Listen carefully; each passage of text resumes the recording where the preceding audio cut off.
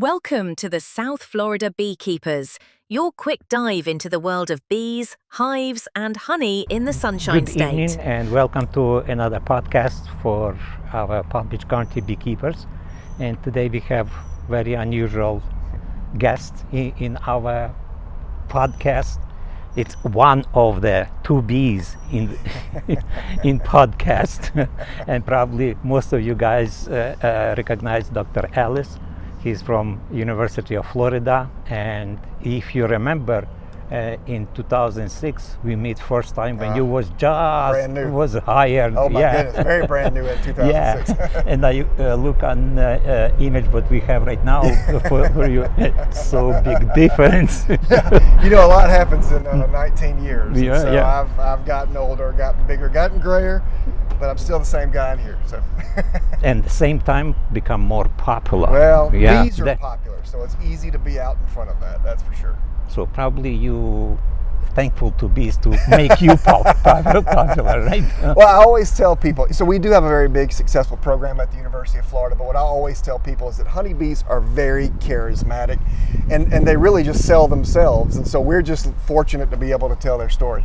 And especially if you just look, it's practically only one insect out of millions of species. Exactly. Only one. Only one that's that popular. Species which work for a human. That's right, that's right. And it's so important for us, right? We're here because we keep bees. We talk about bees, there's bee education, but people keep honeybees all around the world. And you know, initially for honey purposes, but now we realize their importance as pollinators. So they're such an important critter. You appreciate them, I appreciate them, and it's exciting to be able to talk to you about them today. Exactly.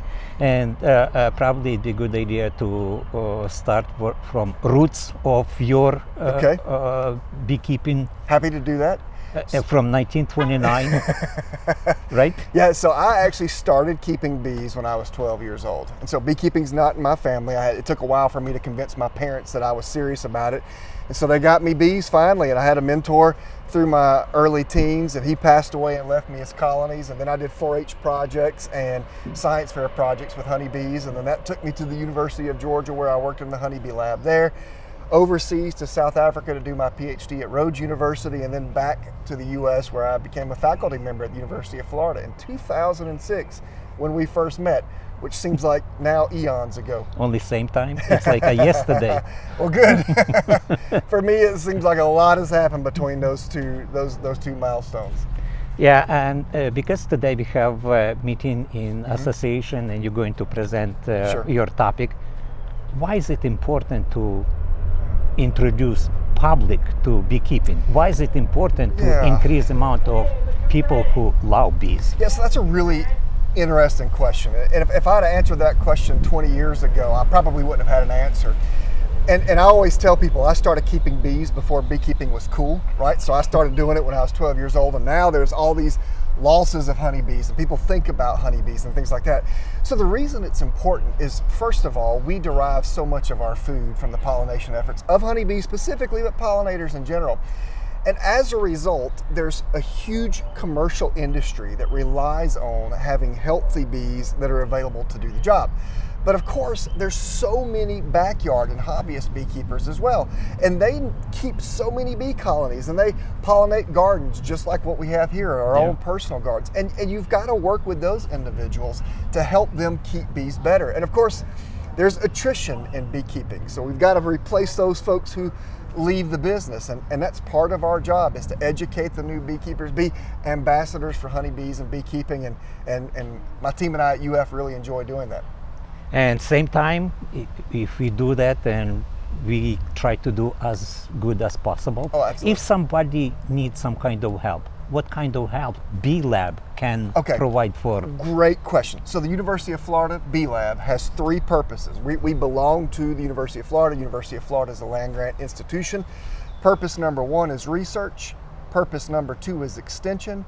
Purpose number 3 is teaching. So I'll do those backwards.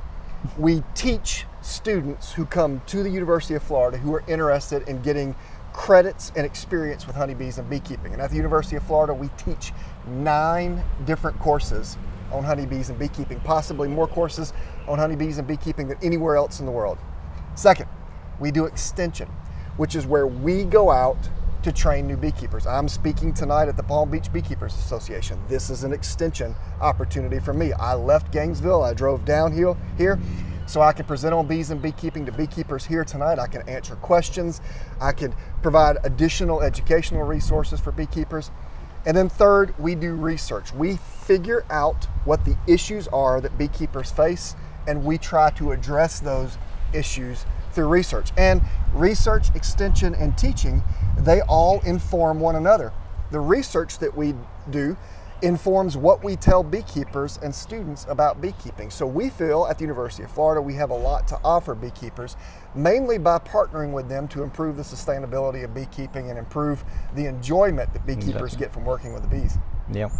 And especially up here in South Florida, it's like a different land, completely.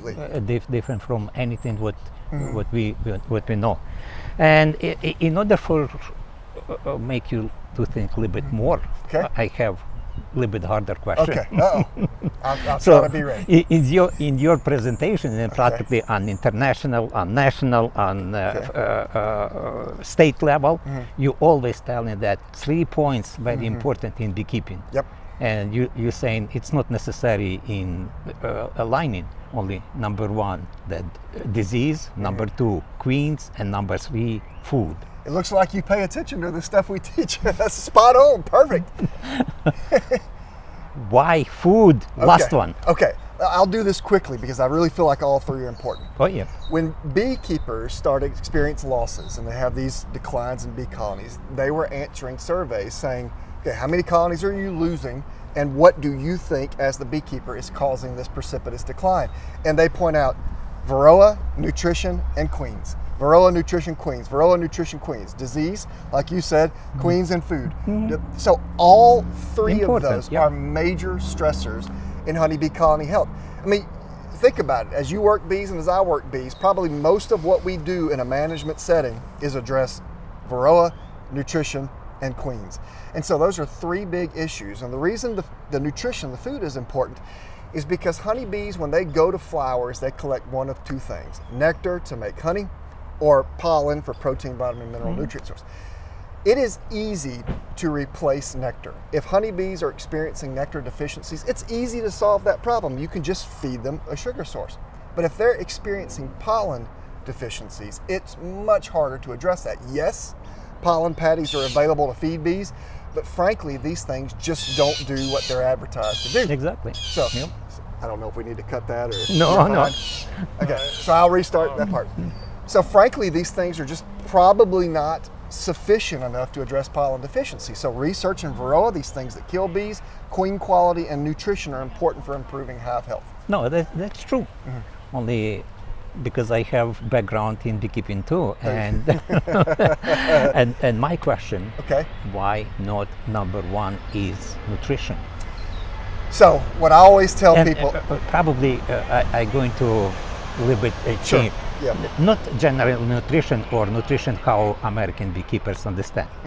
It's when you decide to put bees in particular area, you should have some kind of data, some kind of feelings what bees can collect. Exactly. And unfortunately, up here in the United States, we don't have this data. For example, we sitting right now near plum, and if I ask 120% of researchers in the United States, they have no idea how much pollen or nectar they produce. Well, there's good news for you on this regard. So there are scientists at Washington State University who are making a pollen index across the United States, and they're measuring nutritional quality of that. And then researchers at Penn State University created this thing called Beescape, where you can go online and using GIS technology and saying, this is where I live, it will predict for you the quality of the environment for keeping bees. So while it's not perfect, we're getting there. And I would say, it's really hard for me as a scientist to distinguish between those 3 stressors. They are all big drivers of honeybee health. But nutrition, you're right. I mean, think about us. Our mood, our performance at work, our health, all rely partially on what we consume. And the same is true for honeybees. Perhaps queen quality and Varroa and disease, maybe that's affected by nutrition. So nutrition is incredibly important. And just like what you said, I live in an area where it's not a great place to keep bees. There's not a lot of nutrition available in the environment. And I was told that before I moved to Florida, and I didn't believe it. I thought honeybees can thrive anywhere. Yep. And then I found out that's not the case. So you have to know what's in your area Yep. to see, how to maximize the nutritional impact that the bees will be able to enjoy, and therefore be healthy bees when they're doing their thing. Nice. So today we're going to talk about that a little bit, right? Just a little bit, yeah. Thanks for joining us on the South Florida Beekeepers. Stay sweet, stay curious, and keep your hive healthy. See you next time.